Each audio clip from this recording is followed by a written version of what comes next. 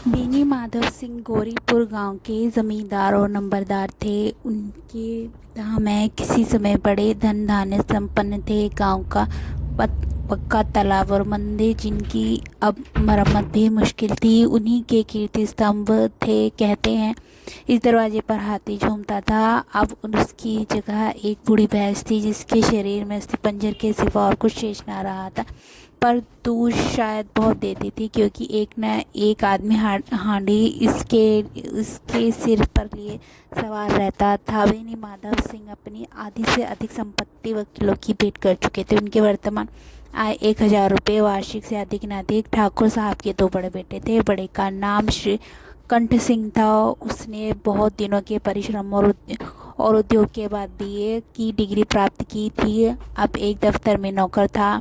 छोटा लड़का लाल बिहारी सिंह दोहरे बदन का सजीला जवान था। भरा हुआ मुखटा, चौड़ी छाती, भैंस का 2 सेर ताज़ा दूध वह उठकर सवेरे पी जाता था। श्रीकंठ सिंह की दिशा बिल्कुल विपरीत थी।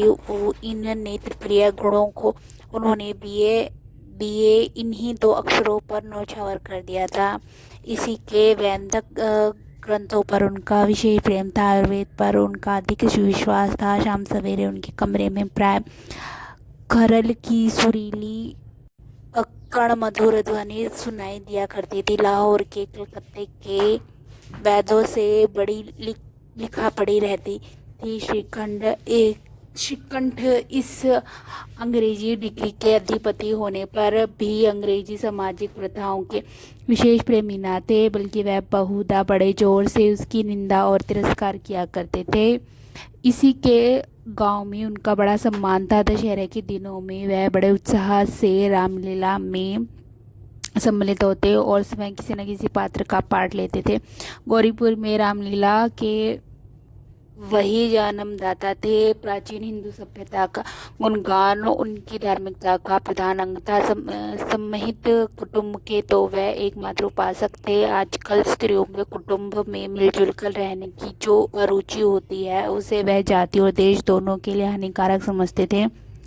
यही कारण था कि गांव की लड़ाएं उनकी निंदक थी। कोई ना कोई उन्हें अपने शत्रु समझने में भी संकोच ना करती थी। स्वयं उनकी पत्नी कोई इस विषय में उनसे निरोध था। यह इसलिए नहीं कि उसे अपने सासुर देवर या जेठ आदि से घृणा थी, बल्कि उसका विचार था कि यदि बहुत कुछ सहने और तरह देने पर भी परिवार के साथ निर्वाह न हो सके तो आए दिन की कलह से जीवन की कष्ट करने की अपेक्षा यही उत्तम है कि अपनी खिचड़ी अलग पकाई जाए। आनंदी एक बड़े उच्च कुल की लड़की थी। उसके बाप एक छोटी सी रियासत के तालुकादार थे।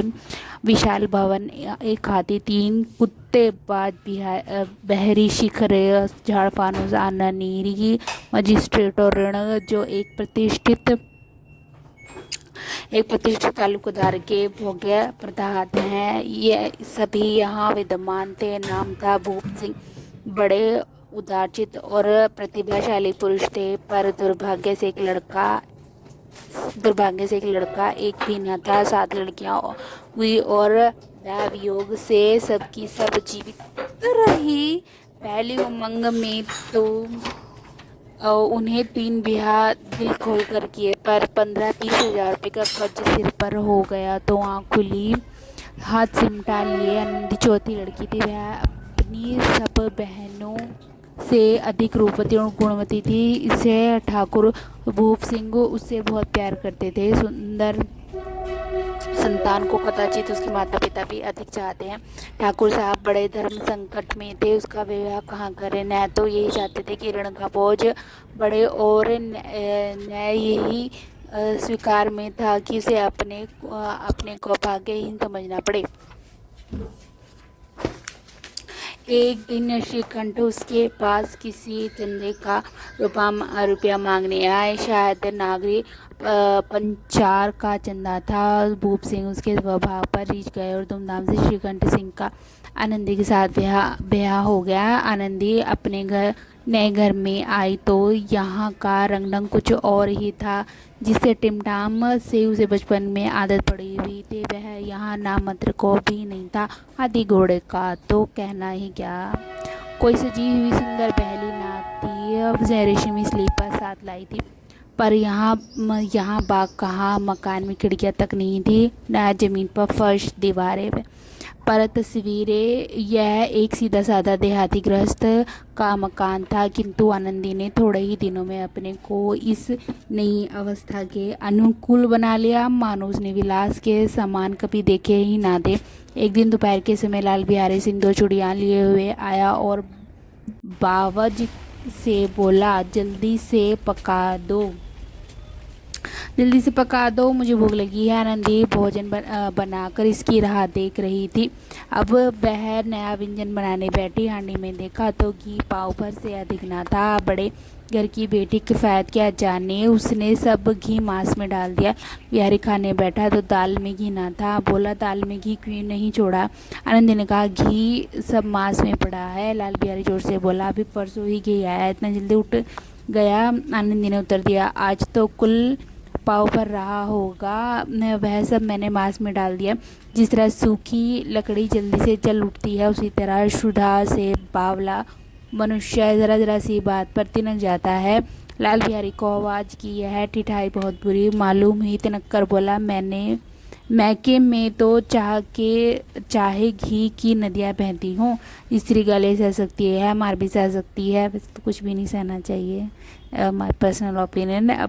पर मैकी की निंदा उसने नहीं सही जाती। आनंदी मुंह फेर कर बोली, हाथी मरा भी तो 9 लाख का, वहाँ इतना घी नित्य नाई कहर जाते हैं। लाल बिहारी चल गया, थाली उठाकर पटक दी और बोला, जी चाहता है जी पकड़ के खींच लूँ। आनंदी को भी क्रोध आया, मुंह लाल हो गया। वह बोली, होता तो आज का इसका मजा चखाता। अब अपड़ उजड़ ठाकुर सा रह गया। स्त्री का एक साधारण जमींदार की बेटी थी। जब जी चाहता उस पर हाथ उठा लेता, उस पर साफ कर लिया जाता। खड़ा उठाकर आनंदी की और जोर से फेंकी और बोला, जिसकी गुमान पर फूली हुई हो उसे भी देख लूँगा और तुम्हें भी। आनंदी ने हाथ से खड़ाऊ रोकी कि सिर बच गया, पर उंगली में बड़ी चोट खाई। क्रोध के मारे हवा से हिलते हुए पत्ते को भांति कांपती हुई अपने कमरे में आकर बैठी। स्त्री का बल, साहस और मान मर्यादा पति तक है। अपने पति के ही बल पर पुरुषत्व का घमंड होता है। आनंदी खून का घूट पी कह रहेगी। श्रीकंठ सिंह शनिवार को घर आया। बृहस्पति को यह घटना हुई थी। 2 दिन तक आनंदी कोप भवन में रही, कुछ ना खाया, कुछ ना पिया। उनकी ये बाट देखती रही। अंत में शनिवार को वह नियमानुकूल संध्या समय घर आए और बाहर बैठकर कुछ इधर उधर की बातें की। कुछ देश का हाल संबंधी समाचार तथा कुछ नए मुकदमों को आदि की चर्चा करने लगे। बेनी माधव सिंह ने बेटे की ओर से साक्षी दी। कहा, हाँ बहू बेटे का यह स्वभाव अच्छा नहीं कि मर्दों के मुँह लगे। लाल बिहारी, वह बड़े घर की बेटी है तो हम भी कोई कुर्मी कहर नहीं है, श्रीकंठ ने चिंतित स्वर में बोला। लाल बिहारी ने कहा, कुछ भी नहीं हो, आप ही उलझ पड़े हैं मैके के सामने। हम लोगों को तो कुछ समझती ही नहीं है। काफ़ी बड़ी स्टोरी है। समझती नहीं, श्रीकंठ ने चिंतित स्वर में पूछा, आखिर बात क्या हुई है?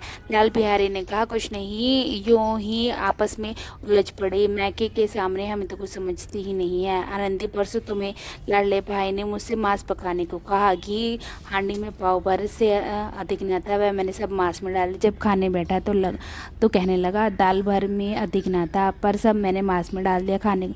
अब मैं क्या करती? श्रीकंठ की आंखें लाल हो गई और मुझ पर खड़ाऊ फेंक के मारी।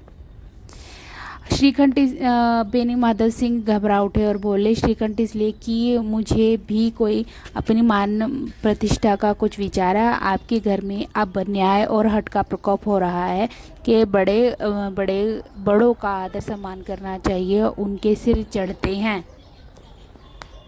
मैं दूसरों का नौकर ठहरा घर पर रहता नहीं। मेरे पीछे स्त्रियों पर खड़ाऊ और जूतों की बौछारें होती हैं। कहीं बात तक चिंता नहीं। कोई एक कि दो कहले वहाँ तक सह सकता हूँ, किंतु कदापि नहीं हो सकता है मेरे पर लात घुसे पड़े और मैं दम ना मारूं।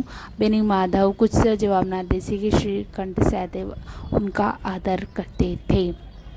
अब बेनी माधव सिंह भी गरमा गए। ऐसी बातें कौन सुन ले। अब बोले, लाल बिहारी तुम्हारा भाई है, उससे कभी भूल चूक हो जाए तो कान पकड़ो। लेकिन श्रीकंठ लाल बिहारी को मैं अब आप भाई नहीं समझता। बेनी माधव सिंह स्त्री के पीछे श्रीकंठ जी नहीं, उसकी क्रूरता और अविवेक के कारण।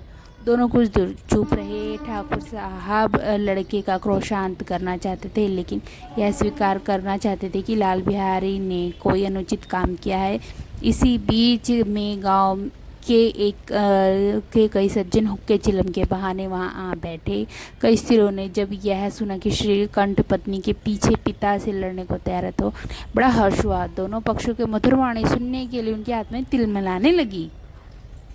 इलाहाबाद का अनुभव रहित जलाया हुआ ग्रेजुएट इस बात को ना समझ सका। उसे डिबेट क्लब में अपनी बात पर अड़ने की आदत थी। इन हथकंडों की उसे क्या खबर। बाप ने जिस मतलब से बात पलटी थी वह समझ में ना आई। बोला, लाल बिहारी के साथ अब इस घर में नहीं रह सकता। बेनी माधव बेटा बुद्धिमान लोग मूर्खों की बात पर ध्यान नहीं देते। वह बेसमझ लड़का है, उससे जो भूल हुई है उसे तुम बड़े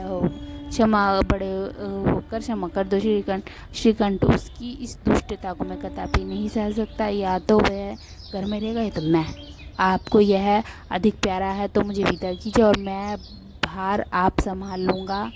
यदि मुझे रखना चाहते हैं तो उससे कहिए, चाहे जहाँ चला जाए, बस यह मेरा अंतिम निश्चय। लाल बिहारी सिर दरवाजे की चौखट पर चुपचाप खड़ा बड़े भाई की बात सुनता रहा। उनका आदर बहुत करता था। उसे कि कितनी इतना साहस ना हुआ कि श्रीकंठ के सामने चारपाई पर बैठ जाए, हुक्का पी ले या पान खा ले। बाप का भी वह इतना मान ना करता। श्रीकंठ का भी उस पर हार्दिक स्नेह था। अपने होश में उन्होंने कभी गुटखा तक ना था। जब वह इलाहाबाद से आते तो उसे कोई अवश्य लाते। मुकद्दर की जोड़ी उन्हें बनवा दी थी पिछले साल। ऐसे भाई के मुंह से आज ऐसी हृदय विदारक बात सुनकर लाल बिहारी को बड़ी ग्लानि हुई। वह फुट फुट कर रोने लगा।